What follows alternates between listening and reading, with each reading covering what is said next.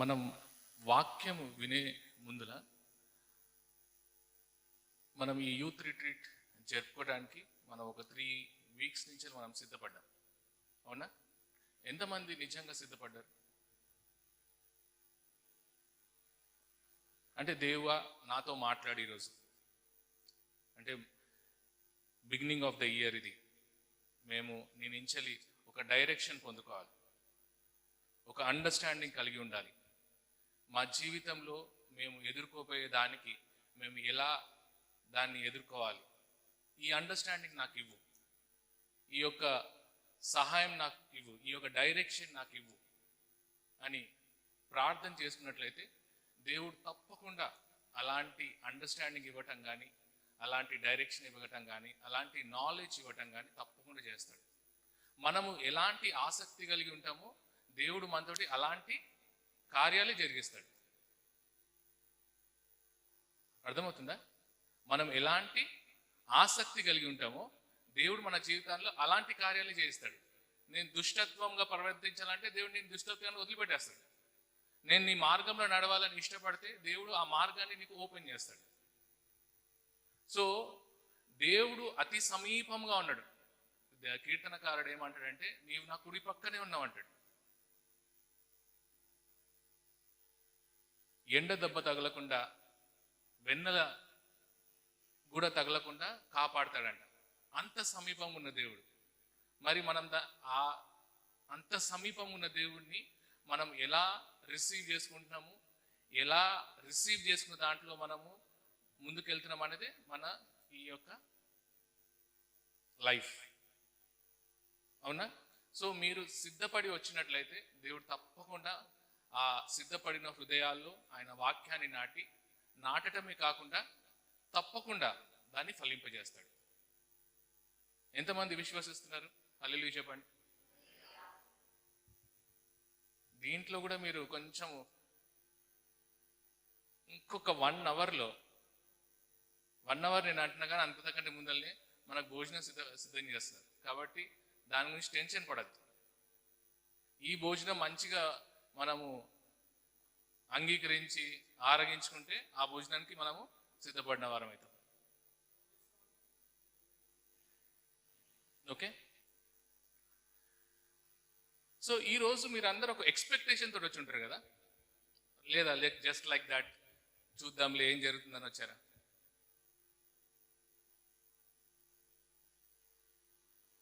ఇది నార్మల్గా మనకి మెయిన్ సర్వీస్లో లేకపోతే నార్మల్గా యూత్ సర్వీస్లో జరిగినట్టు ఉండదు. మీరు రెస్పాండ్ కావాలి. ఓకే? మీరు ఒక లైఫ్ పట్ల ఒక అండర్స్టాండింగ్, ఒక ఎక్స్పెక్టేషన్ ఉంటుందా ఉండదా? మీరు ఎంత తొందరగా ఆన్సర్ చెప్తే మనం అంత తొందరగా ముగించుకుంటాం. ఇంకా దీనికంటే ఎక్కువ వివరించి చెప్పలేదు. లైఫ్ పట్ల ఎక్స్పెక్టేషన్ ఉంటుందా ఉండదా? మరి అదే లైఫ్లో మనం దేవుడిని అంగీకరించిన తర్వాత ఈ యొక్క లైఫ్లో ప్రయాణం చేసినప్పుడు ఎక్స్పెక్టేషన్ ఉంటుందా ఉండదా? ఆ ఎక్స్పెక్టేషన్ ఏంటిది అనేది మీరు ఒకసారి దేవుడిలో తేరి చూసుకుంటే మీకు ఎప్పుడైనా అనిపించిందా, అరే నేను దేవుడిలోకి నడిచిన తర్వాత నాకు ఏంటి జరుగుతుందని, నేను అనుకున్నది ఒకటి నాకు జరిగేది ఒకటి అని అనిపించిందా? అనిపించి ఉంటుంది కదా. నాకైతే చాలాసార్లు అనిపించింది.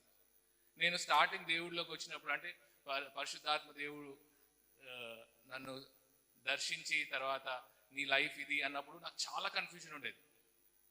నేను అనుకునేది ఏంది, నేను చదువుకునేది ఏంది, నేను జాబ్ చేసేది ఏంది, నన్ను నడిపించేది ఏంది, నేను ఇక్కడ నేను ఉండగలుగుతానా, ఇది చేయగలుగుతానా అని నేను కొన్ని సంవత్సరాలు ఆ కన్ఫ్యూజన్ స్టేట్లో దేవుడా లోకమా అనే కన్ఫ్యూజన్ స్టేట్లో చాలా రోజులు ఉండే నేను. చాలా అంటే చాలా, అంటే 1 సంవత్సరము 2 సంవత్సరాలు కాదు, కొన్ని సంవత్సరాలు. అంటే ఎవరికి తెలియదు. నేను ఆ కన్ఫ్యూజన్లో నేను ఎవరితోటి షేర్ చేసుకునేవాడిని కాదు, ఎవరితోటి పంచుకునేవాడిని కాదు. సరే అది చేద్దాంలే ఇది చేద్దాంలే అనే దాంట్లో నేను ఎన్నో కోల్పోయాను. మనం కూడా ఆ కన్ఫ్యూజన్ స్టేట్లో ఉంటే దేవుడు ఇవ్వాల్సిన దాన్ని మనము డిలే చేసుకుంటాం. ఈరోజు ఫర్ ఎగ్జాంపుల్ నీకు ఒక కార్ ఇవ్వాలనుకుంటాడు. అవునా? దేవుడిని కార్ ఇస్తా అంటాడు. మనం ప్రార్థన ఎట్లా చేయాలా? నీకు ఇష్టమైన కార్ ఇదేవా అని ప్రార్థన చేయాలి. మనం ఏం చేయాలి? మనం ఏం చేస్తాం నార్మల్గా? మన ఆలోచన ఎక్కడ ఉంటుంది? అక్కడ ఉంటుంది. దేవుడికి నీ స్థితి తెలిసి నీకు స్టార్టింగ్ మెల్లగా ఒక ఇట్లా ఇట్లా ఇట్లా నడిపించాలనుకుంటాడు, నువ్వేమి ఇట్లా ఎగరాలనుకుంటావు. ఎగురితే ఏం జరుగుతుంది? వాడు చెప్తున్నాడు చూడు, రాజు ఏం జరుగుతుందంటే కాలు ఎరుగుతుందంట. ఇదే దేవుడు ఇజ్రాయెల్ ప్రజలు మొరపెట్టుకున్నప్పుడు వాళ్ళు ప్రార్థన చేసింది, మమ్మల్ని ఈ బానిసత్వం నుంచి విడిపించమని ప్రార్థన చేసింది.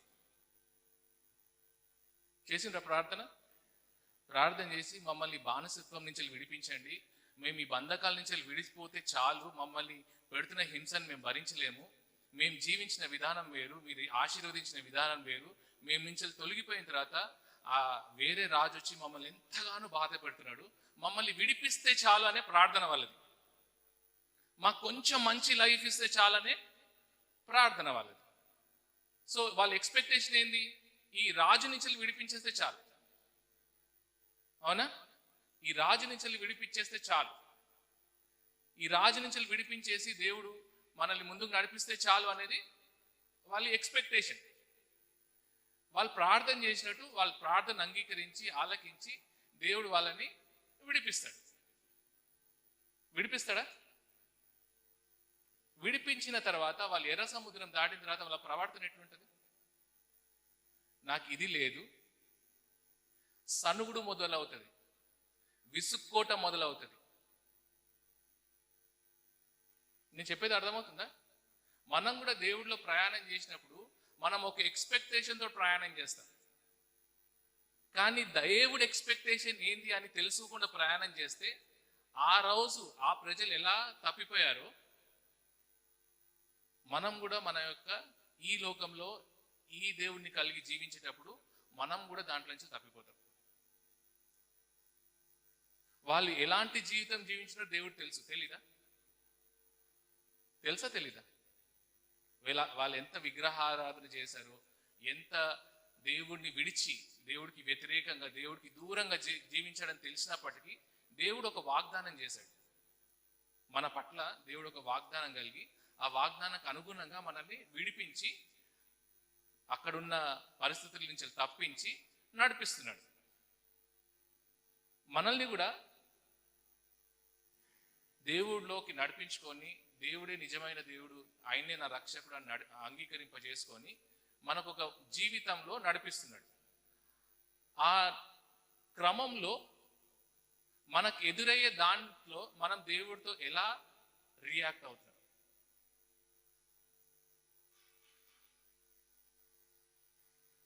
ఎలా రియాక్ట్ అవుతాం?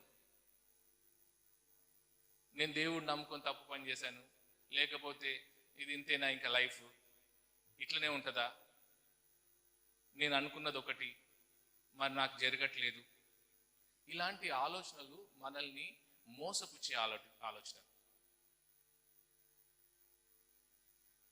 దేవుడు మనల్ని ఏం చేయాలనుకుంటున్నాడంటే ఆయనలో బిల్డ్ చేయాలనుకుంటున్నాడు, ఆయనలో కట్టాలనుకుంటున్నాడు.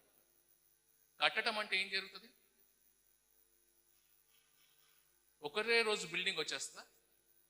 ఎక్కడన్నా మీరు ఈ లోకంలో ఒక బిల్డింగ్ ఒక రోజులో వచ్చింది చూసారా? పోనీ ఒక వారంలో వచ్చింది చూసారా? దానికి ఒక టైం లైన్ ఉంటుంది, అవునా? భూమిని సరి చేసుకోవాలా, పునాదులు సరిగ్గా వేసుకోవాలా, క్రమముగా ఒకటొకటి కట్టుకుంటా వస్తాం. మరి చూసిన దాంట్లో మనం చూస్తున్నాం కదా, చూసిన దాంట్లో నుంచి మరి దేవుడి నుంచి డిఫరెంట్గా ఎందుకు ఎక్స్పెక్ట్ చేస్తాం మనం? అర్థమవుతుందా నేను చెప్పేది? మనం చూస్తూ ఉన్నాం, మన చుట్టుపక్కల జరిగేది చూస్తున్నాం, ఈ నేచర్లో జరిగే విషయాలన్నీ మనం చూస్తున్నాం. అయినా కానీ దేవుడి దగ్గరకు వచ్చేసరికి మన అండర్స్టాండింగ్ ఎందుకు అంత డిఫరెంట్ అయిపోతుంది? నీవు ఎంత పొందుకోగలుగుతావో అంతనే ఇస్తాడు దేవుడు. నీ మెచ్యూరిటీ లెవెల్స్ పెరిగిన కొద్దీ నీవు అంత పొందుకుంటా ఉంటావు. నీ మెచ్యూరిటీ లెవెల్ ఏమో చిన్న పిల్లోడు, నీ ఆశ ఏమో ఎక్కడో ముసలో లేకుంటే దేవుడు నీకు ఆశ పడినది చిన్న పిల్లోడికి ఇస్తే యూజ్ చేసుకోగలుగుతాడా? యూజ్ చేసుకోగలుగుతారా? అర్థమవుతుందా? ఇప్పుడు దేవుడు ఇజ్రాయెల్ ప్రజల్ని నడిపిస్తున్నాడు. వాళ్ళు ఎలాంటి జీవితం జీవించి ఆ క్రమంలో నడుస్తున్నారో దేవుడు తెలుసు. వాళ్ళకి ఇమీడియట్ గా ఏదైనా ఇవ్వాలన్నా కానీ వాళ్ళు స్వీకరించే స్థితిలో లేరు. ఒక సందర్భంలో ఏం రాస్తాడంటే దేవుడు, ఆ ఈజీ వేలో నుంచి తీసుకెళ్తే వాళ్ళకి యుద్ధం చేసే ఎక్స్పీరియన్స్ లేదు కనుక ఆ ఫిలిస్టీన్లు వచ్చేసి వాళ్ళని చంపేస్తే ఆ యుద్ధానికి చేయలేక భయపడి వారు ఏమైపోతారని చెప్పి వేరే మార్గం నుంచి తీసుకెళ్ళాలని రాయబడి ఉంటుంది. అవునా?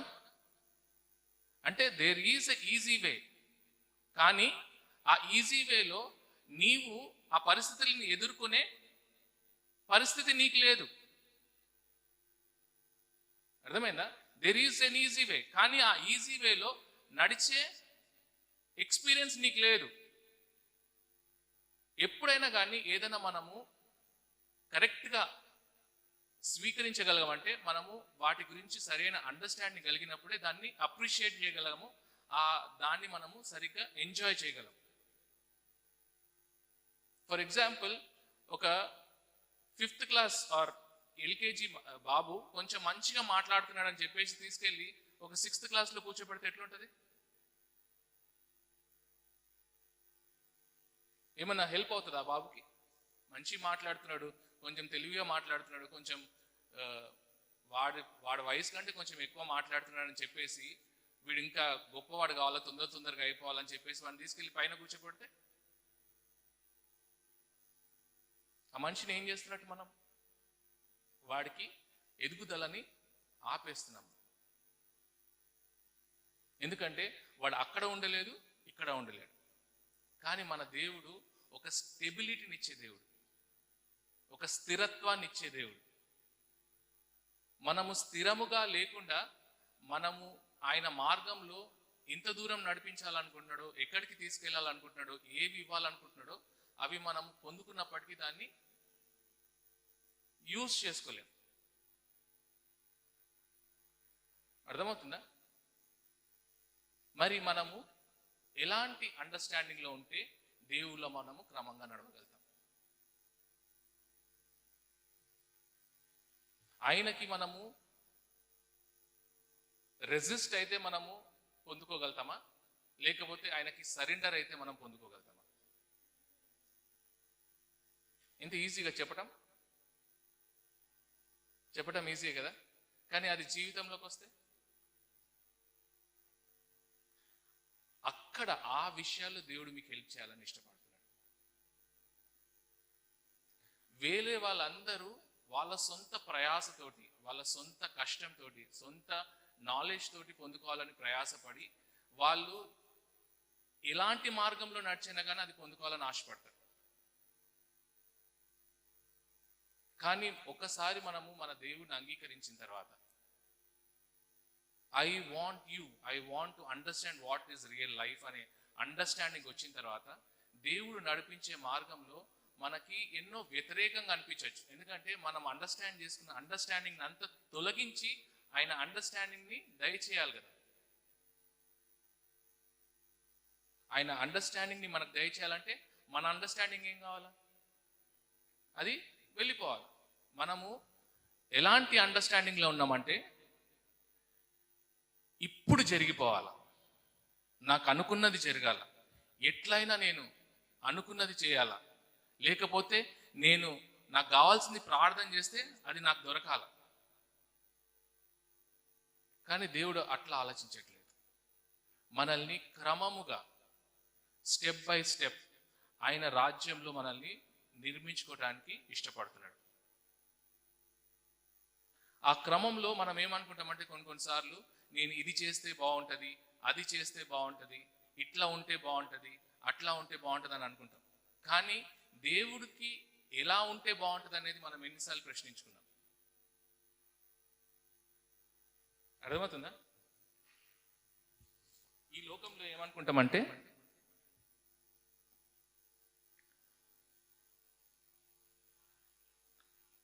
ఎదిరిస్తే మనము ఎదుగుతాం అనుకుంటాం. అవునా? మన చుట్టుపక్కల అందరూ అట్లనే కదా. ఒక అక్రమమైన జీవితాన్ని, లేకపోతే దౌర్జన్యంతో కూడిన దాన్ని, లేకపోతే ఫోర్స్ఫుల్గా చేస్తే, అరే వీళ్ళు ఇట్లా చేస్తున్నారు కాబట్టి ఇది దొరుకుతుంది, మనం కూడా అట్లా చేస్తే బాగుంటుంది, మనం ఎందుకు అట్లా ఉండలేకపోతున్నాం అనుకుంటాం. కానీ మన దేవుడు ఏం నేర్పిస్తున్నాడు? ఒదిగి ఉంటేనే ఎదుగుదల. ఈ ఒదిగి ఉన్న టైంలో వచ్చిన ఎదుగుదల శాశ్వతంగా ఉంటుంది. మనం ఫోర్స్గా కానీ, దౌర్జన్యంగా కానీ, లేకపోతే ఎదిరించి కానీ పొందుకున్నది ఎక్కువ రోజులు ఉండదు. దేవుడు మనకు ఏమి ఇవ్వాలని ఆశపడుతున్నాడు?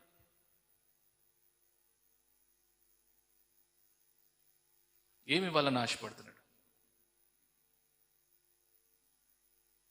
క్షమించాడు, రక్షించాడు, అంతవరకైనా? లేకపోతే ఇంకేమైనా ఇవ్వాలని ఇష్టపడుతున్న దేవుడు? నిత్య జీవం, అవునా? Eternal life. మన ఫోకస్ ఏమై ఉండాలా? మన ఫోకస్ ఎక్కడ ఉండాలా? దేని విషయమై ఉండాలా? అంటే ఆయన ఏది ఇవ్వాలనుకుంటున్నాడో అది పొందుకోవాలనేది మన ఫోకస్ ఉండాలి, అవునా? మన ఫోకస్ ఎక్కడుంది? మన ఈ ఏజ్లో ఉన్నప్పుడు దానికి సంబంధించిన సక్సెస్, నెక్స్ట్ ఏజ్లో ఉన్నప్పుడు దానికి సంబంధించిన సక్సెస్, లేకపోతే ఈ లోకంలో మనం కరెక్ట్గా ఉండి మంచి పొందేసుకొని తర్వాత అది చాలా అనుకునే స్థితిలో ఉన్నామా? అలా ఉండాలనుకుంటే అందరిలాగా మనం కూడా ఉండొచ్చు. మనము సెపరేటెడ్గా ఉండాలని ఇష్టపడుతున్నాడు, లేకపోతే అందరితో కలిసి వాళ్ళు చేసినట్టే చేయాలని ఇష్టపడుతున్నాడు? దేవుడు ఇజ్రాయెల్ ప్రజల్ని అక్కడ ఉంచే చేయొచ్చు కదా, వాళ్ళని వేరుపరచాలి అవసరం లేదు కదా. మనల్ని కూడా మనం నిర్ణయంలో ఒక విధమైన సెపరేటెడ్ లైఫ్, అంటే నేను ఈ విధంగా ఉంటా అనే ఒక తీర్మానం తీసుకున్నామా లేదా? నా వైపు చూడాలి.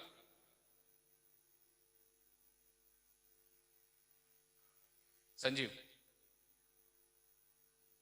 మనము ఈ విధంగా ఉంటాము, దేవుళ్ళు ఈ విధంగా ఉంటామని ఒక తీర్మానం తీసుకుందామా లేదా? తీసుకుని వాళ్ళు ఎంతమంది ఉన్నారు ఇక్కడ? తీసుకున్నారు, అందరు తీసుకున్నారు కదా. ఒక తీర్మానం తీసుకున్న తర్వాత దానికి తగ్గట్టుగా మనము జీవించాలి. కానీ మనలో ఒక విధమైన దుఃఖం కానీ, మనలో ఒక విధమైన బాధ కానీ, మనలో ఒక విధమైన అసహనం కానీ, మనలో ఒక విధమైన ఎందుకు ఇట్లా జరుగుతుంది అనేది ఎందుకు వస్తుంది? ఎప్పుడైనా కానీ ఎప్పుడైనా ఈ విషయంలో ఆలోచించారా? నాకెందుకు ఈ విధమైన దుఃఖం వస్తుంది? నాకెందుకు ఈ విధమైన కష్టం వస్తుంది? కష్టము చాలా టైమ్స్ మనం సొంతగా ఆలోచన ప్రకారమే, మనం సొంతగా తీసుకున్న నిర్ణయాలు బట్టే వస్తుంది.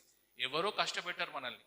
99% ఆఫ్ ద టైమ్స్ మన వల్లనే మనకి దుఃఖం కానీ కష్టం కానీ. ఎందుకు వస్తుంది వచ్చి అంటారు? ఎప్పుడన్నా ఆలోచించారా? మన ఆలోచన ఎట్లుంటుందంటే, ఎదుటి వాడికి ఉన్నది నా దగ్గర లేదే అనే ఫస్ట్ ఆలోచన. ఇప్పుడు వాడి దగ్గర ఉంది, నా దగ్గర లేదు, కాబట్టి అది పొందుకోవటానికి నేనేం చేయాలనే ఆలోచన ఉంటుంది, అవునా? మరి అది దేవుడి చిత్తం అయితే దేవుడు నీకు ఇస్తాడు కదా. దేవుడికి ఇష్టము, నీకు ఇది పొందుకోవాలని ఇష్టం ఉంటే నీకు దేవుడు ఇవ్వకుండా ఉంటాడా? ఇవ్వాలనుకునే టైంకి ఇస్తాడు కదా. కానీ మనం ఏం చేస్తున్నాము? ఆ టైంకి ముందే పొందుకోవాలని, లేకపోతే మనకి అది వస్తో రాదో తెలియకుండా మనం అది పొందుకుంటే బాగుంటుందని చెప్పేసి మనము వేరే మార్గాల్లో వెళ్ళటానికి. ఇజ్రాయెల్ ప్రజలు ఏమంటారంటే, మేము అక్కడ ఉంటేనే మా లైఫ్ బాగుండేది, మేము అక్కడ ఉన్నప్పుడే, ఆ కష్టంలో ఉన్నప్పుడు కూడా మంచిగా తిన్నాం, మంచిగా ఉన్నాం అనుకుంటారు. దేవుడు ఏం చేస్తున్నాడు? వాళ్ళని ఒక మాదిరిగా తయారు చేసి అక్కడున్న చుట్టుపక్కల ఉన్న ప్రజలకి, ఈ ప్రజలకి దేవుడు ఏం చేయగలడు, ఈ ప్రజలకి దేవుడు ఏమి ఇవ్వగలడు, ఈ ప్రజలని దేవుడు ఎలా నిలబెట్టుకోగలడు, ఈ ప్రజలని దేవుడు ఒక మంచి నీతి గల జీవితం ఎలా కలగజేయడం అనేది దేవుడి యొక్క ఉద్దేశం.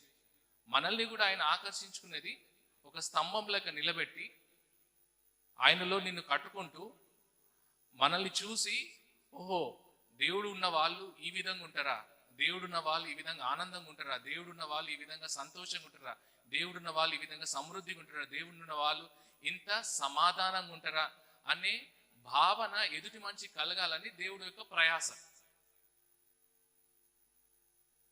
అది ఒక్క రోజులో అయ్యే పని కాదు.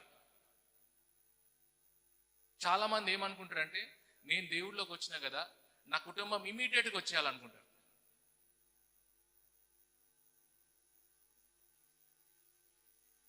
నేను దేవుణ్ణి నమ్ముకున్నా కదా, నా భర్త కానీ నా అన్న కానీ నా ఫ్రెండ్స్ కానీ వాళ్ళందరూ కూడా ఇమీడియట్గా నమ్మేసుకోవచ్చు కదా.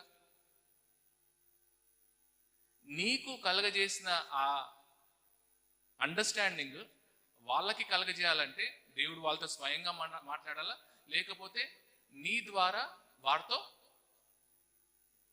మాట్లాడించాలి.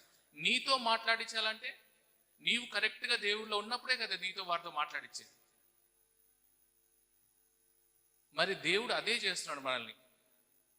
మనల్ని ఆ అండర్స్టాండింగ్ కలిగి ఉండి ఇతరులు మనల్ని అండర్స్టాండ్ చేసుకునే స్థితిలోకి నడిపించాలని దేవుడి యొక్క ఉద్దేశం. ఈ సంవత్సరంలో దేవుడు మనల్ని అందరినీ కట్టాలనుకుంటున్నాడు. He wants to build us as his own house. ఆయన సొంత నివాసముగా దేవుడు మనల్ని అందరినీ కట్టాలనుకుంటున్నాడు. నేను మొన్న లాస్ట్ వీక్ యూత్ మీటింగ్లో చెప్పిన, ఇంట్లో ఎవరికి అధికారం ఉంటుంది? ఇంట్లో ఎవరికి అధికారం ఉంటుంది? ఇంటి యజమానికి అధికారం ఉంటుంది. అవునా? అది దేవుడు నీలో ఉన్నాడంటే ఎవరి అధికారం ఉండాలా? మరి మనలో దేవుడు ఉన్నాడు అన్నప్పుడు మరి మనలో ఎవరి అధికారం ఉందని మనం ప్రశ్నించుకుంటే దానికి మనమే సమాధానం చెప్పుకోగలగాలి. ఎఫ్ఎస్సీలో ఒక్కసారి ఆ మాట చదువుదాం.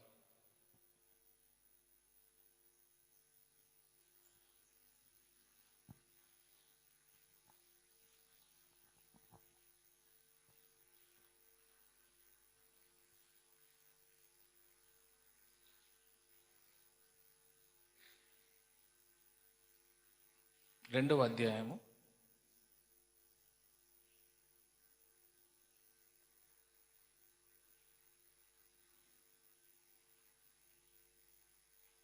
21-22. ప్రతి కట్టడమును ఆయనలో చక్కగా అమర్చబడి ప్రభువునందు పరిశుద్ధమైన దేవాలయమగుటకు వృద్ధి పొందుచున్నది. ఆయనలో మీరు కూడా ఆత్మ మూలముగా దేవుని నివాస స్థలమై ఉండుటకు కట్టబడుచున్నారు. దేనికి కట్టబడుచున్నామంట?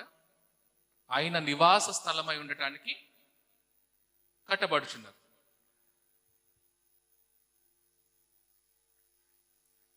ఈ క్రమంలో దేవుడు మనతో మాట్లాడినవి కానీ దేవుడు మన జీవితాలు చేసినవి నెరవేర్చాలంటే ఆయనలో మనము ఆయనతో సహవాసం చేస్తూ అవి కనిపెట్టుకోవాలి. యోసేఫ్కి దర్శనం ఇచ్చిండు, అవునా? దర్శనం ఇచ్చిన తర్వాత ఆయనని ఆ దర్శనానికి వదిలేశాడా దేవుడు? He created so many incidents in his life that he got tested and then he got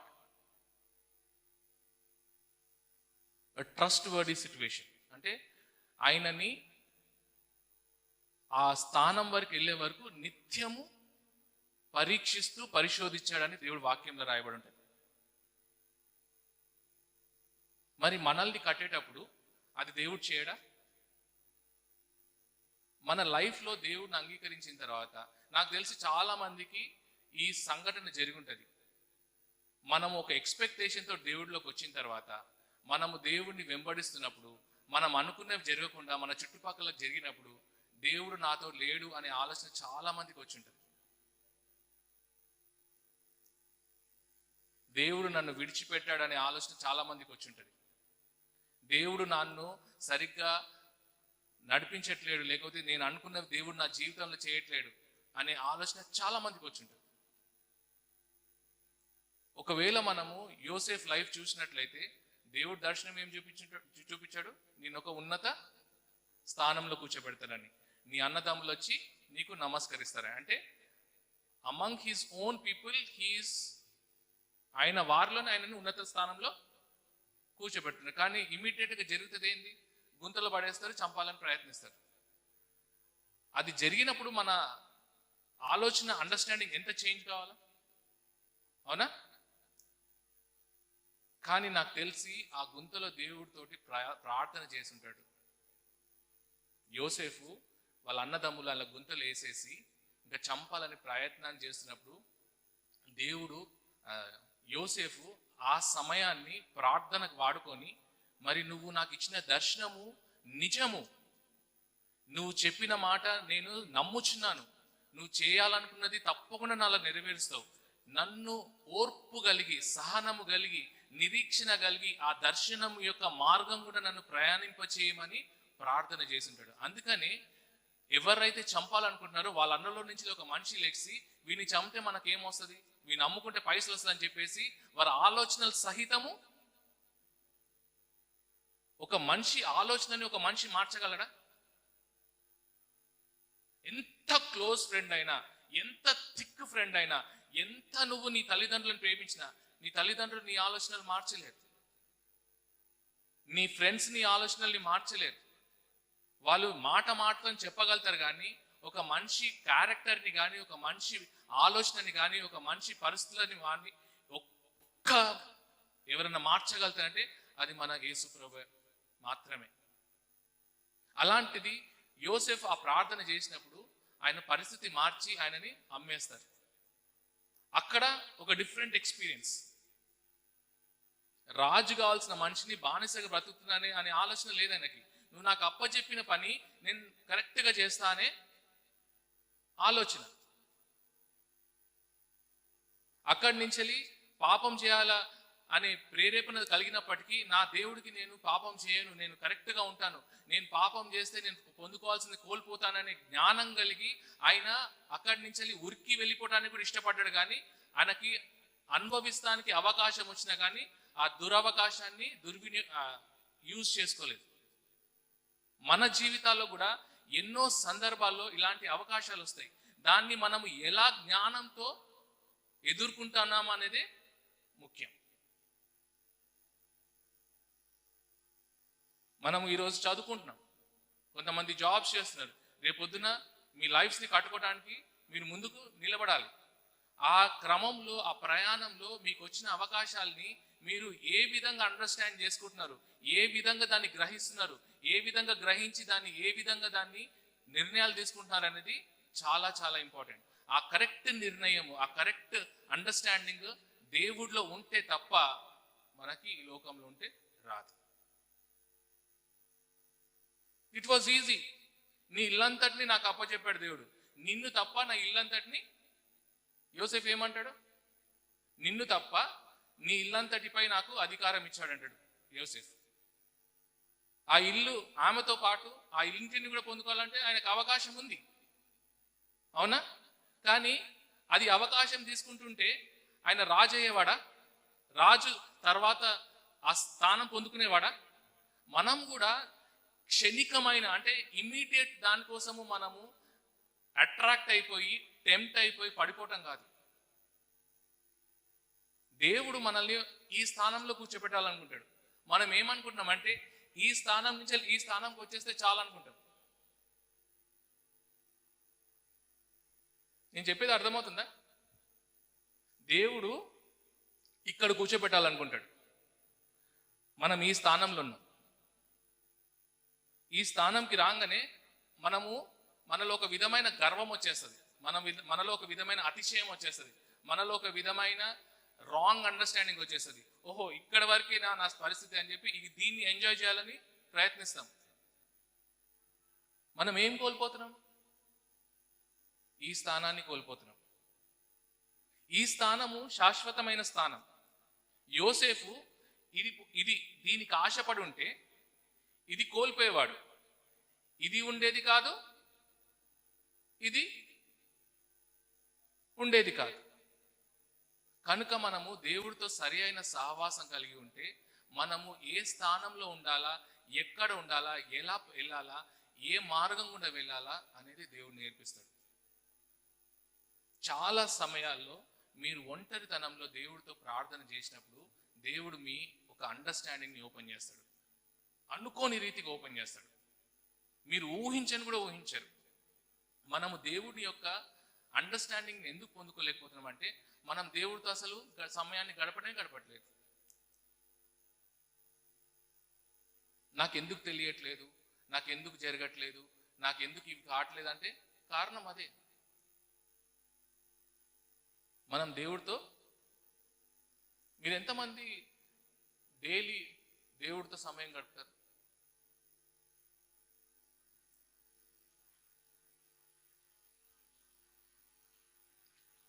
ఇక్కడున్న 50 మందిలో ఓ 10 మంది చేతులు లేపుతున్నారు. అంటే నేను అడిగిన ప్రశ్న అర్థం కాదో, లేకపోతే అది చెప్పాలా వద్దా అనే ఆలోచనతో కొంచెం కొంచెం చెప్తున్నారు, నాకు తెలియదు. కానీ మనకున్న గొప్ప ధన్యత ఏంది? దేవుడితో మాట్లాడే ధన్యత. ఎందుకంటే మన దేవుడు వింటాడు, మన దేవుడు అండర్స్టాండ్ చేసుకుంటాడు. మన దేవుడు మనం ఏది అడిగినా కానీ మన అండర్స్టాండింగ్ బట్టి, అరే వీడు పిచ్చోడు, వీడికి ఏం రాదు అని అనుకోడు. అట్లా అనుకోడు. He will ensure that you come to a state where you understand what his will is. దేవుడు మనతో ఎంతవరకు సహనాన్ని వహిస్తాడంటే, మనము ఆయన ఏం ఆశిస్తున్నాడో అని అండర్స్టాండ్ చేసుకునేంత వరకు మనల్ని ఆయనలో కొనసాగింపజేసుకుంటాడు. మనము మన అండర్స్టాండింగ్ని మార్చుకోవాలి. అది కేవలం దేవుడితో సహవాసం చేసినప్పుడే ఆ అండర్స్టాండింగ్ మారుతుంది మనకి.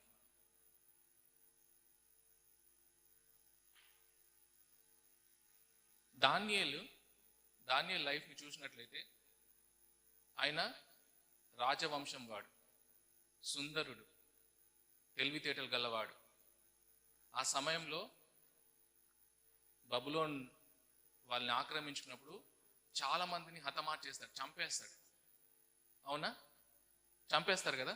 చంపేసిన తర్వాత వీళ్ళని బబులోన్ రాజ్యంలోకి తీసుకొచ్చి, వాళ్ళలో కొంతమంది మంచిగా ఉన్న వాళ్ళని తీసుకొచ్చి వాళ్ళకి మన దేశం గురించి, మన యొక్క కట్టడల గురించి, మన యొక్క ఆచారాల గురించి తర్ఫీదిద్దామని వాళ్ళని సెపరేట్ చేస్తారు. అవునా?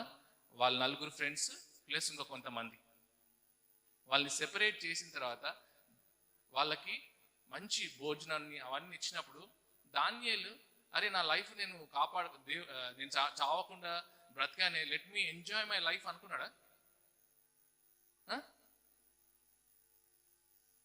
అన్నమే కదా, మంచి ఫుడ్డే కదా పెట్టేది. అవునా? మంచి ఫుడ్డే పెట్టే ఒక మనిషికి మంచి ఫుడ్ పెడితే వద్దు అని చెప్తారా?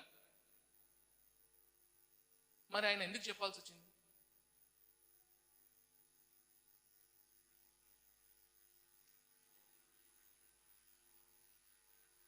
ఇప్పుడు ఎవరికైనా మంచి ఫుడ్ పెడతా, నీకు చదువుకున్నంత కాలం మంచిగా ఫుడ్ పెడతా, నువ్వు ఆ ఫుడ్ గురించి ఆలోచించాల్సిన అవసరం లే, ఇల్లు గురించి ఆలోచించాల్సిన అవసరం లే, నువ్వు ఒట్టి ఏం చేయాలో చదువుకోవాలా. రేపు పొద్దున నువ్వు ప్రిపరేషన్ అయిన తర్వాత రాజు దగ్గరికి నీకు టెస్ట్కి పంపిస్తాము, ఆ టెస్ట్లో పాస్ అయినావు అనుకో, నేను ఒక గవర్నర్ చేస్తా అంటే ఎవడన్నా అవుతా అంటాడా? మరి ఫుడ్ దగ్గర ఎందుకు ఆయన సెపరేట్ చేసుకున్నాడు? సెపరేట్ చేసుకోగలిగిన స్థితి ఏంది అది? మీరు ఎన్నోసార్లు దానియేలు గురించి వినుంటారు కదా. అవునా? దానియేలు గురించి ఎన్నిసార్లు వినలే మీరు? దానియేలు సింహపు బోన్లో ఉన్నాడు. అవునా? అక్కడికి వెళ్ళక ముందు ఇంకో దగ్గర ఉండే కదా. ఇది జరగకపోయింటే అది జరిగేది కాదు. అవునా? ఇది ఫస్ట్ చాప్టర్. ఫస్ట్ చాప్టర్లో మన లైఫ్లో కూడా కొన్ని చాలా ఫస్ట్ చాప్టర్స్ ఉంటాయి. ఆ ఫస్ట్ చాప్టర్స్ని మనము సరి అయిన రీతిగా మనం దాన్ని అధిగమిస్తేనే మనము నెక్స్ట్ చాప్టర్లోకి వెళ్తాం. ఆ టైంలో దానియేలు తనని తాను వేరుపరుచుకొని ఒక డెసిషన్ తీసుకొని నేను ఇది చెయ్యను అని అనకపోయింటే దానియేలు వాళ్ళ ఫ్రెండ్స్ అందరూ ఆ బబులోన్ సంస్కారంలో, ఆ కల్చర్లో, ఆ యొక్క అండర్స్టాండింగ్లోకి వెళ్ళిపోయేవారు. ఈరోజు మనం దానియేలు గురించి మాట్లాడుకునే వాళ్ళం కాదు. లోకం కూడా మనల్ని ఏం చేస్తుందంటే, మనల్ని మనం వేరుపరుచుకున్న తర్వాత తిరిగి ఆ లోకంలోకి నడిపించుకోవాలని ఈ లాంగ్వేజ్ అని, ఈ లిటరేచర్ అని, ఈ కల్చర్ అని, వీటన్నిటిని వాడుకొని ఈరోజు మ్యూజిక్ కానీ, మీ ఇంటర్నెట్ కానీ, మీరు చదువుకునే బుక్స్ కానీ, ఎక్కడన్నా కానీ మన దేవుడి గురించి మాట్లాడితే మీరు ఎంత సమయం దేంతో సహవాసం చేస్తున్నారనే దాన్ని బట్టి మీ యొక్క ఆలోచన, అండర్స్టాండింగ్ ఎలా ఉందనేది చెప్పగలుగుతాం మనం. ఆ రోజు దానియేలు he understood the word of God, దేవుని యొక్క వాక్యం అండర్స్టాండ్ చేసుకొని, దేవుడు ఇచ్చిన కట్టడాలను అండర్స్టాండ్ చేసుకొని, దేవుడు ఇచ్చిన ధర్మశాస్త్రాన్ని అండర్స్టాండ్ చేసుకొని, వాళ్ళు మనతోటి ఏం చేయాలని ప్రయత్నిస్తున్నారనే గ్రహింపు కలిగి జ్ఞానంతో నేను మీరు పెట్టేది తినను. We have to take a stand. మనం ఒక స్టాండ్ తీసుకోవాలి. లేకపోతే మనకి వాళ్ళకి ఎలాంటి డిఫరెన్స్ ఉండదు. వాళ్ళు గుడిలోకి వెళ్తున్నారు, మనం కూడా గుడికి వస్తాం. వాళ్ళు కూడా పూజలు చేస్తున్నారు, మనం కూడా పూజలు చేస్తున్నాం. వాళ్ళు బయటికి వెళ్ళి మంచిగా జీవిస్తున్నారు, మనం కూడా అట్లనే ఉంటాం. కానీ ఇందాక చెప్పినట్టు మనం ఏం కోల్పోతున్నాం?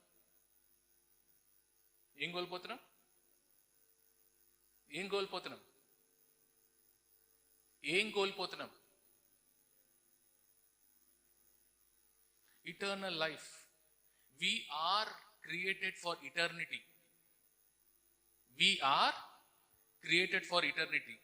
ఆ ఇటర్నిటీలో హెవెన్ ఉంటుంది, హెల్ ఉంటుంది, స్వర్గం ఉంటుంది, నరకం ఉంటుంది.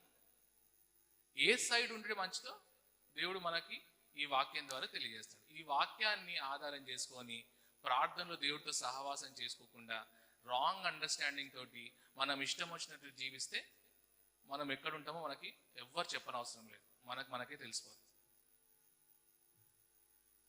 సో దేవుడు మనల్ని కట్టాలని ప్రయత్నం చేస్తున్నాడు. దేవుడిని కట్టడానికి యోసేఫ్ కానీ దానియేలు కానీ అనుమతించారు. వాళ్ళు, అవును ప్రభువా, నా లైఫ్ని నువ్వు కట్టు, నువ్వైతేనే సరిగ్గా కట్టగలుగుతావు. నీ అండర్స్టాండింగ్ మాకుంటే మేము కూడా ఆ అండర్స్టాండింగ్కి తగ్గట్టుగా మేము నీకు లోబడి ఆ విశ్వాసం కలిగి మేము నీకు అప్పచెప్పుకుంటే నువ్వు కట్టేది మేం చూడటం కాదు, లోకం చూస్తుంది. మేము అనుభవించేది కాదు, లోకం తెలుసుకుంటుంది.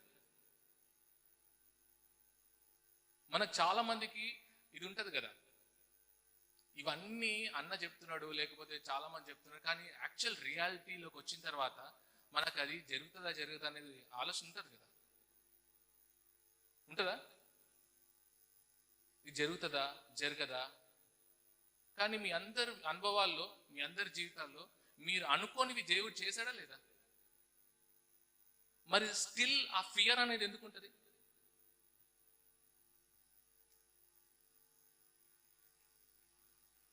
మనము సందర్భానికి తగ్గట్టుగా ప్రార్థన చేస్తాం కాబట్టి, ఆ సిట్యువేషన్ కోసమే ప్రార్థన చేసుకుంటాం. మనం ఆ సిట్యువేషన్ తప్పిపోతే చాలు అనే ప్రార్థన మనది. దేవుడు ఆ సిట్యువేషన్ కోసం మనల్ని ఆయనకు రక్షించుకోలేదు. దేవుడు మనకి ఎంత విలువనిచ్చాడంటే, he came personally for me and you. వ్యక్తిగతంగా నా కోసం, నీ కోసమే వచ్చాడు. అది నమ్మదగిన విషయం. ఇప్పుడు నేను ఒక మనిషికి ఒక బ్రాంచ్ పెరగాలంటే ఏం కావాలా? ఒక బ్రాంచ్ ఎదగాలంటే ఏం కావాలా? కనెక్టెడ్గా ఉండాలి కదా, అవునా? ఆ బ్రాంచ్ దానికి కనెక్ట్, ఆ చెట్టుకి, ఆ మొద్దుకి కనెక్టెడ్ అయితేనే పెరుగుతుంది, అవునా? ఆ బ్రాంచ్ ఆ చెట్టుకి కనెక్టెడ్గా కాకపోతే దానిలోంచి బలం రాదు, దాంట్లో నుంచి ఏమి రావు, అది కొన్ని రోజులు ఎండిపోతుంది, అవునా? మరి దేవుడు ఆ బ్రాంచ్కి కనెక్ట్ చేసుకోవడానికి ఒక బ్రాంచ్ని, ఇప్పుడు నన్ను ఆ ముద్దు కనెక్ట్ చేయాలంటే ఏం జరగాల?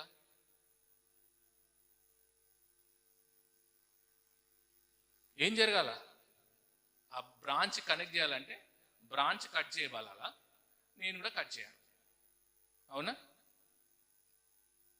దేవుడు ఆ సిలువలో అదే చేశాడు మన కోసం. He cut himself so that you can get attached to him. He cut himself so that you get attached to him. ఎప్పుడైతే మనము ఆయనని స్వీకరించి ఆయనతో అటాచ్ అవుతామో అప్పుడే ఆయన యొక్క బలం మనం పొందుకొని ఆయనలో ఎదగగలుగుతాం. ఎంతమంది నిజంగా దేవుడికి అటాచ్ అయి ఉన్నాం? మనం ఎదగాలని ఇష్టపడతామా లేదా? పుట్టినవాడు ప్రతి ఒక్కడు ఎదగాలని ఇష్టపడతాడు. చిన్నగా ఉండిపోతే ఎట్లుంటుంది? చిన్నగా ఉంటే రోగం వచ్చిందంటాం, లేకపోతే డిస్ఫార్మ్డ్ బాడీ అంటాం, అవునా? అలా ఉండటానికి దేవుడు ఇష్టపడట్లేదు మనల్ని. మన స్పిరిచువల్ లైఫ్ని కూడా ఏ విధంగా ఈ ఫిజికల్ లైఫ్ని సరిగ్గా చూసుకుంటున్నాడో దానికంటే అధిక రెట్లు మన స్పిరిచువల్ లైఫ్ని కూడా దేవుడు కట్టాలని ఇష్టపడుతున్నాడు. దేవుడు ఇలా కోసుకొని మన కోసం వెయిట్ చేస్తున్నాడు, ఎప్పుడు వచ్చి అటాచ్ అవుతారని. ఒకవేళ అటాచ్ అయినారనుకో ఆయన నుంచి అది పొందుకోవాలని ఇష్టపడుతున్నాడు. ఆ పొందుకునేది కేవలము ఆ అటాచ్మెంట్ దేని ద్వారా జరుగుతుంది? కేవలం విశ్వాసం ద్వారానే జరుగుతుంది. ఆ మాట చదువుతాం, రోమన్స్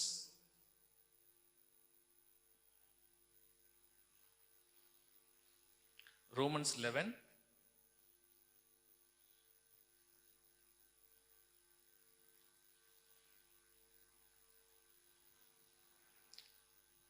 వారు 20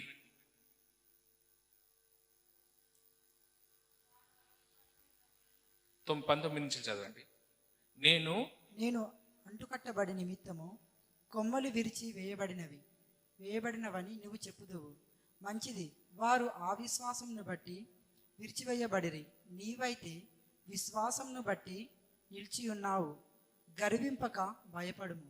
ఎవరు ఎలా నిలిచి ఉంటాం? మనం ఆయనకు అంటగట్టబడి ఉంటాం. దేని ద్వారా అంటగట్టబడి ఉంటాం మనం?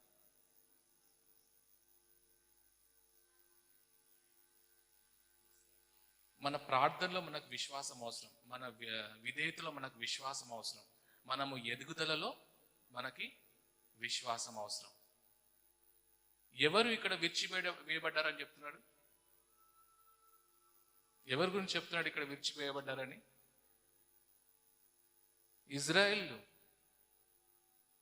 ఇజ్రాయెల్కి ఇచ్చిన ఆ ధన్యత వాళ్ళే కదా మొదటి వారు, అవునా?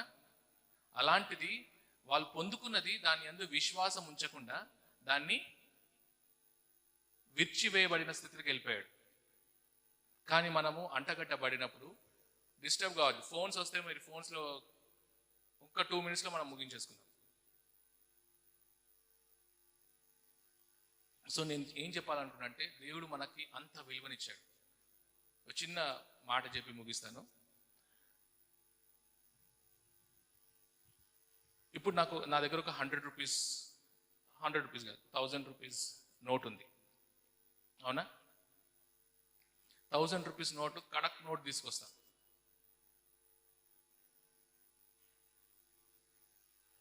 హ్మ్?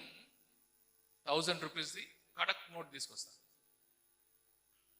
అందరికి ఇష్టం అది, అవునా? దాని వాల్యూ ఎంత ఉంటుంది? 1000 రూపీస్.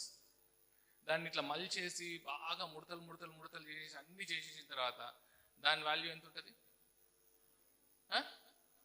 ఎంత? 1000 ఉంటుంది. దాన్ని కాళ్ళ కింద వేసి తొక్కి ఇష్టం వచ్చినట్టు చేసి అన్ని చేసిన తర్వాత మళ్ళీ తీసుకున్నా కానీ ఏంది? బ్యాన్ కాలేదు ఇంకా, నువ్వు అతి తెలివి ఉపయోగించావు. దాని వాల్యూ చేంజ్ అయిందా? మనం కూడా దేవుడి దృష్టిలో అంతే. ఏ విలువతోటైతే మనల్ని ఆయన రక్షించుకున్నాడో, మన జీవితాలు ఎట్లున్నప్పటికీ ఆయన నిన్ను మార్చుకోవాలని, సరి చేసుకోవాలని, ఆయనలో కట్టాలని ఇష్టపడుతున్నాడు. మనల్ని మన జీవితాన్ని ఇట్లా ముడతలు చేసుకున్నా, ఎంత పాడు చేసుకున్నా, మనం దాన్ని బురదలేసేసి లేకపోతే దానికి మట్టి అంటించుకొని అసలు అసహ్యమైన స్థితిలో ఉన్నా కానీ, మనుషులు అసహించుకోవచ్చు కానీ నీ విలువ దేవుడి దృష్టిలో తగ్గదు. అందుకనే దేవుడు సిల్వలో ఎక్కి మనల్ని రక్షించుకొని ఆయనతో అంటగట్టబడి ఆయనలో ఫలింపజేయటానికి ఇష్టపడుతున్నాడు. మరి మీరే ఆలోచించుకోండి, మీరు ఏ ఎక్స్పెక్టేషన్ తోటి దేవుడిలోకి వస్తున్నారు? కొన్ని చిన్న విషయాలు మీకు అనుకూలంగా జరగకపోయేసరికి, లేకపోతే మీరు అనుకున్నది మీ జీవితంలో జరగకపోయేసరికి, లేకపోతే నువ్వు ఆశించినది మీ జీవితంలో జరగకపోయేసరికి దేవుణ్ణి ఎన్నిసార్లు మనం తృణీకరించుంటాం? అవునా? మన ఆలోచనల్ని సహితము దేవుడు లెక్కకు తీసుకుంటా అంటున్నాడు. ఒక దైవజనుడు ఒక సమయంలో ఏమంటాడంటే, మన వరల్డ్ ఎండ్ అయిపోయిన తర్వాత మనల్ని ఒక హోమ్ థియేటర్లోకి తీసుకెళ్తాడంట దేవుడు. అక్కడ పెద్ద స్క్రీన్ మీద నిన్ను కూర్చోబెట్టి నువ్వు చేసిన నీ లైఫ్ అంతా చూపిస్తాడంట. లైఫ్ అంటే ఏం చేసినావు, నీ ఆలోచనలతో సహా అన్నీ చూపిస్తాడంట. చూపించేసిన తర్వాత నెక్స్ట్ ఏముంటుందంటే, ఎవరెవరితోటి నువ్వు అలాంటి ఆలోచన కలిగినా వాళ్ళందరినీ లోపల తీసుకొస్తాడంట. మనం కూర్చోగలుగుతామా అట్లాంటి సిచ్యువేషన్? మనము ఒక మనిషి గురించి ఎంతో డర్టీగా ఆలోచించే స్టేటస్ మనది. మనం ఏమనుకుంటున్నామంటే, మనం ఏం ఆలోచిస్తున్నప్పుడు ఎదుటి మనిషి తెలియదు కాబట్టి మనకి ఏం కాలేదులే అనుకుంటున్నాం. మనం చేసేది ప్రతిదీ లెక్కలోకి తీసుకోబడుతుంది. దాని నుంచి తప్పించాలని దేవుడు నిన్ను తన రక్తంతో కడుక్కొని నువ్వు కోల్పోయిన నీతిని నీకు ఇచ్చి ఆయన నీలో ఫలింపజేయాలని ఇష్టపడుతున్నాడు. నిన్ను ఆయనలో ఎదగటానికి, ఆయనలో నిన్ను కట్టడానికి ఇష్టపడుతున్నాడు. చిన్న చిన్న వాటిని బట్టి దేవుణ్ణి తృణీకరించకండి. మన లైఫ్ ఇక్కడితో ఎండ్ అయిపోయేది కాదు. మనము బిల్డ్ చేసేబడే స్టేట్లో ఉన్నాం, మనం కట్టబడే స్టేట్లో ఉన్నాం. దేవుడికి అప్పచెప్పుకుంటే ఆయన మంచి భవనాన్ని కడతాడు. మనం సగంలో కట్టి సగంలో ఇంకో మంచి కడితే ఎట్లుంటుంది? దానికి ఆకారం ఉంటుందా? దానికి అండర్స్టాండింగ్ ఉంటుందా? ఏముండదు. So let's allow God to build our lifes. Yohanu సువార్త 15వ అధ్యాయంలో చెప్పినట్టు ఏమనుంటుందంటే, ఫలించే కొమ్మని అధికంగా ఫలించడానికి ప్రూన్ చేస్తాడంట. ఒకసారి చదువు 15th చాప్టర్.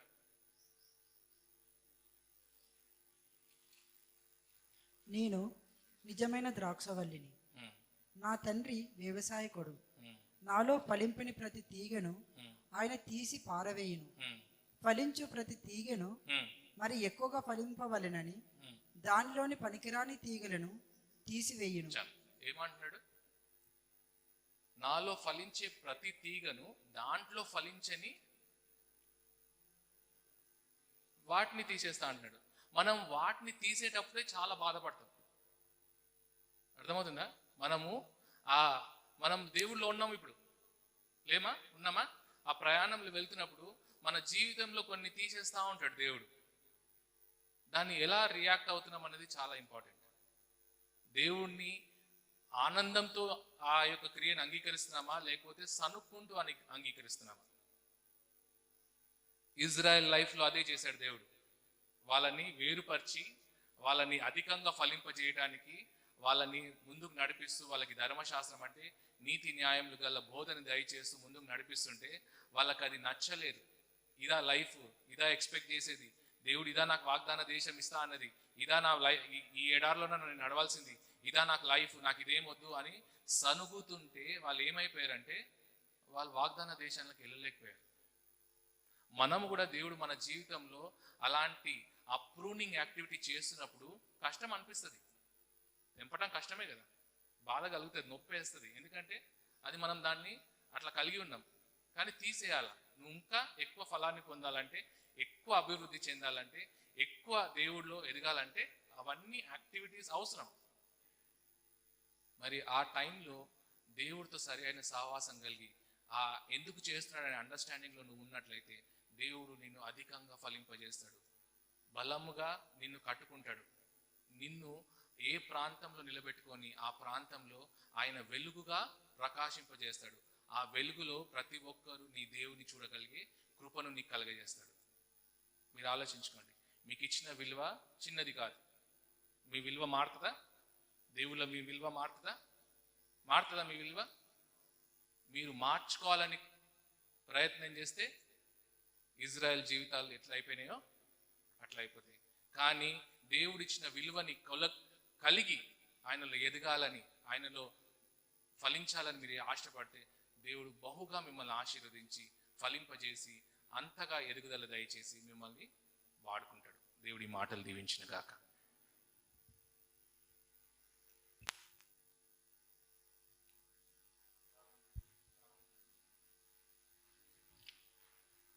ప్రార్థన చేసుకుందాం మనం.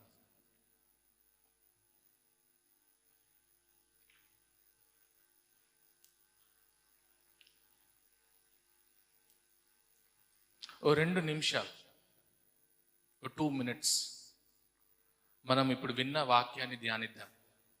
ఎక్కడెక్కడైతే మనము దేవుడి అండర్స్టాండింగ్ లేకుండా ఉన్నామో, ఎక్కడెక్కడైతే ఆయన విశ్వాసం నుంచి మనము తప్పిపోయామో, ఎక్కడెక్కడైతే మనము ఆయన ఎక్స్పెక్టేషన్ నుంచి దూరం అయిపోయి ఆయనకి సాటిస్ఫాక్షన్గా లేమో, ఎక్కడెక్కడైతే దేవుడు ఆయన పనులు చేస్తుంటే మీరు ఆయనతో సనిగిన కానీ గొనిగిన కానీ స్థితులు ఉన్నాయో ఒక్కసారి జ్ఞాపకం చేసుకుందాం. దేవుడు మిమ్మల్ని కట్టాలని ఇష్టపడుతున్నాడు. ఆయన నివాసముగా కట్టబడటానికి దేవుడు ఎన్నో సార్లు నీ దగ్గరకు వచ్చాడు. కానీ నీ ఓన్ అండర్స్టాండింగ్ ద్వారా ఆ రాంగ్ అండర్స్టాండింగ్ ద్వారా నీవు దేవుడికి అవకాశం ఇవ్వలేదేమో. దేవుడు ఈరోజు నీతో మాట్లాడుతున్నాడు. My dear brother, my dear sister, God is talking to you today. I want to build you as my house. I want to bless you and make you fruitful. నీ ప్రార్థన జీవితాన్ని కట్టుకో, నీ సహవాస జీవితాన్ని కట్టుకో, నీ విశ్వాసపు జీవితాన్ని కట్టుకో, నీ యొక్క విధేయత కలిగిన జీవితాన్ని కట్టుకో. నీవేదైతే సక్సెస్ కోరుకుంటున్నావో, ఏదైతే ప్రాస్పరిటీ కోరుకుంటున్నావో అది నీ అంతటా నీకు వచ్చేది కాదు. Fruitfulness can only be possible when you are connected to the Savior. చెట్టుకి అంటగట్టబడకుండా ఆ కొమ్మకి బలం ఉండదు. దేవుడు 2 చేతులు చాపి ఆయనతో అంటగట్టబడాలని దేవుడు ఇష్టపడుతున్నాడు. అంటగట్టుకున్నాడు కూడా నిన్ను. కానీ నీ ఎండిపోయే స్థితిలో ఉన్నావేమో. దేవుడితో సహవాసం చేసి తిరిగి ఆ జీవాన్ని, ఆయనలో ఉన్న జీవాన్ని నీలోకి స్వీకరించాలని దేవుడు ఇష్టపడుతున్నాడు. ఇజ్రాయెల్ ప్రజలు సనిగారు, గొనిగారు. వాళ్ళు వాళ్ళ వాగ్దానాన్ని కోల్పోయారు.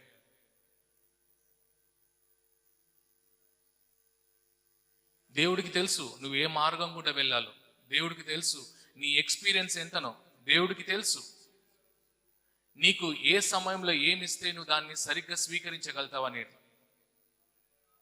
క్షణికమైన దానికోసం, క్షణికమైన ఆలోచనతోటి నీకు ఇవ్వబోయే శాశ్వతమైన నిత్యమైన ఆ ఆశీర్వాదాన్ని నువ్వు కోల్పోవద్దు. నిరీక్షణ అనేది చాలా అవసరం. ఒక్కసారి అడుగు దేవుణ్ణి, ఎక్కడెక్కడైతే నేను నిరీక్షణ లేని స్థితిలో ఉన్నానో అక్కడ నాకు నిరీక్షణ దయచేయి ప్రభువా. నీ యొక్క పిలుపుని సరిగ్గా అండర్స్టాండ్ చేసుకోవడానికి సహాయం దయచేయి తండ్రి. నీవు నన్ను ఏ విధంగా కట్టాలనుకుంటున్నావో ఆ విధంగా కట్టుకోవటానికి నేను ఇష్టపడుతున్నాను తండ్రి.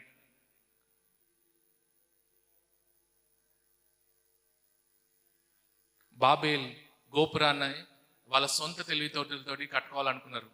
కానీ దేవుడు వాళ్ళ ఆలోచన మొత్తాన్ని తారుమారు చేశాడు. నీవు నీ జీవితాన్ని నీ ఆలోచనతోటి, నీ యొక్క ఓన్ అండర్స్టాండింగ్ తోటి, నీ కోరికలని నెరవేర్చుకోవాలని కట్టుకోవాలనుకుంటున్నావేమో, మొత్తం తారుమారు చేస్తాడు దేవుడు. దేవుని నివాసముగా నీవు ఉండాలని ఇష్టపడితే దేవుడికి అధికారాన్ని అప్పచెప్పు. తప్పకుండా ఆయన నివాసంగా నేను కట్టుకుంటాడు. నీకు ఆలోచన రావచ్చు, మరి నా లైఫ్ ఏంటని. కానీ దేవుడు అంటున్నాడు, మొదటిగా నా నీతిని, నా రాజ్యాన్ని వెతకమంటున్నాడు. అంటే మనం ఏ పని చేసినా కానీ ఆయన నీతిలో మనము, ఆయన యథార్థతలో మనం ఉన్నట్లయితే తప్పకుండా మనకు కావాల్సిన అన్ని సమకూరుస్తాడు. విశ్వాసము నువ్వు ఆయనలో నిలుపుకోగలితే ఆ కార్యాన్ని కూడా నీ జీవితంలో చూడగలుగుతామని దేవుడు మాట్లాడుతున్నాడు. పరిశుద్ధుడా, మహోన్నతుడా, జీవం కలిగిన వాడా, నీకు స్తోత్రం తండ్రి. విత్తనము తండ్రి చనిపోతే గాని అది మొలకెత్తదు, అది అధికమైన ఫలాన్ని కలగచేయదు నాయన. మేము కూడా తండ్రి మా యొక్క కఠిన స్వభావాలని ప్రభా మేము నీకు అప్పచెప్పుకోకుండా, మేము తండ్రి ఆ పాత స్వభావాన్ని ప్రభా విడిచి ఆ నూతనమైన మొలకలు ప్రభా మీలో చిగుర్చకుండా తండ్రి మేము ఫలించలేం నాయన. మీ యొక్క వాక్యంతో తండ్రి మమ్మల్ని మాతో ప్రభా ఈరోజు మాట్లాడినందుకు, మీ మాటల్ని వినిపించి మేము నీ ఆలోచనలో ఎంత విలువ గల వారమై ఉన్నామో తండ్రి మీరు మాతో మాట్లాడినందుకు నీకు స్తోత్రం తండ్రి. మరి ప్రభా ఇజ్రాయెల్ అనాలోచితంగా రాంగ్ అండర్స్టాండింగ్లో తండ్రి, రాంగ్ ఎక్స్పెక్టేషన్స్ తండ్రి వాళ్ళు ప్రభా వారికి ఇవ్వబడిన గొప్ప ఆశీర్వాదాన్ని కోల్పోయారు. కానీ మేమైతే ప్రభా ఈరోజు మీ చేత మాట్లాడబడి మేము ఆదరింపబడి తండ్రి మీరు మాలో ఏది చేయాలనుకుంటున్నారో, మా ద్వారా మీరు ఏమైతే ప్రభా నెరవేర్చాలనుకుంటున్నారో అయ్యా ప్రభా మమ్మల్ని ఏ ప్రాంతంలో ఏ స్థితిలో ఉంచాలనుకుంటున్నారో తండ్రి అది మేము అంగీకరిస్తున్నాం తండ్రి. దానికి కావాల్సిన ప్రభా తగ్గింపుని తండ్రి, అయ్యా లోబడే తత్వాన్ని తండ్రి, ఎదుగుదలని మీరు దయచేయమని ప్రభా ప్రార్థన చేస్తున్నాను నాయన. అయ్యా బిడ్డల జీవితాల్లో తండ్రి ఎన్నో మలుపులు రాబోయే దినాలు ఉన్నాయి తండ్రి. అవును తండ్రి, వాటన్నిటిని ఎదుర్కోవాలంటే తండ్రి నీతో సహవాసం చేసి నీ జ్ఞానం పొందుకొని నీ జ్ఞానంతో తండ్రి వాటిని ఎదుర్కోవటం తప్ప వేరేది ఏముండదు నాయన. కనుక తండ్రి బిడ్డలందరూ ప్రభా నీతో సహవాసం చేయటానికి, ఆ సహవాసంలో తండ్రి నీ జ్ఞానంతో కూడిన బోధన పొందుకోవటానికి, ఆ అండర్స్టాండింగ్ని కలిగి ప్రభా ఎదుర్కొని పోయే తండ్రి ఆ మలుపులని ప్రభా సరిగ్గా ఎదుర్కోవటానికి ప్రభా సహాయం దయచేయండి. అయ్యా ప్రభా నీవు నడిపించాలని, నువ్వు ఎక్కించాలని, నీవు నిలబెట్టుకోవాలనే ప్రాంతంలోనే ప్రభా మేము ఉండాలి. కానీ తండ్రి మేము ఏదో క్షణికమైనవి పొందుకొని అందులో ఆనందించి అయ్యా నిత్యత్వాన్ని ప్రభా కోల్పోయిన స్థితిలో మేము ఎవ్వరం ఉండకుండా ప్రభా మీరే సహాయం దయచేయండి అయినా. మీరు కట్టేవారు తండ్రి. You are the builder Lord, you are the only builder Lord. మరి నీ చేత మేము కట్టబడుతున్న తండ్రి మేము ప్రభా నిన్ను చూపించేవారుగా ఉంటాం. కానీ వేరే విధంగా అయితే తండ్రి మా జీవితాలు ఎందుకు పనికిరావు నాయనా. కనుక తండ్రి మమ్మల్ని మేము నీకు అప్పచెప్పుకుంటూ తండ్రి మీరే మా జీవితాలను కట్టమని అయ్యా మేము ఈరోజు ఒక తీర్మానం తీసుకుంటున్నాం తండ్రి. ఆ తీర్మానాన్ని ప్రభా మీరే ప్రభా స్థిరపరచమని, మీలో ప్రభా అయ్యా ఫలించులాగిన ప్రభా మీరే కృప చూపించమని ప్రార్థన చేస్తున్నాను అయ్యా. అయ్యా ముందున్న కార్యక్రమంలో కూడా ప్రభా మాకు తోడు ఉండండి తండ్రి. అయ్యా సెకండ్ సెషన్లో కూడా తండ్రి మాకు ఆశీర్వాదకరంగా, అది మీకు మహిమకరంగా తండ్రి, అది మీకు ఘనమైన విధంగా ప్రభా జరిగించమని, ప్రతి ఒక్కరి జీవితాల్లో తండ్రి మీ యొక్క ఉద్దేశాలు స్థిరపరిచి మీ కృపలో భద్రపరచమని, సమస్తము మీ మహిమార్థమై జరిగించుకోమని యేసే పరిశుద్ధ నామములో అడిగి వేడుకొంచున్నాం తండ్రి. ఆమేన్.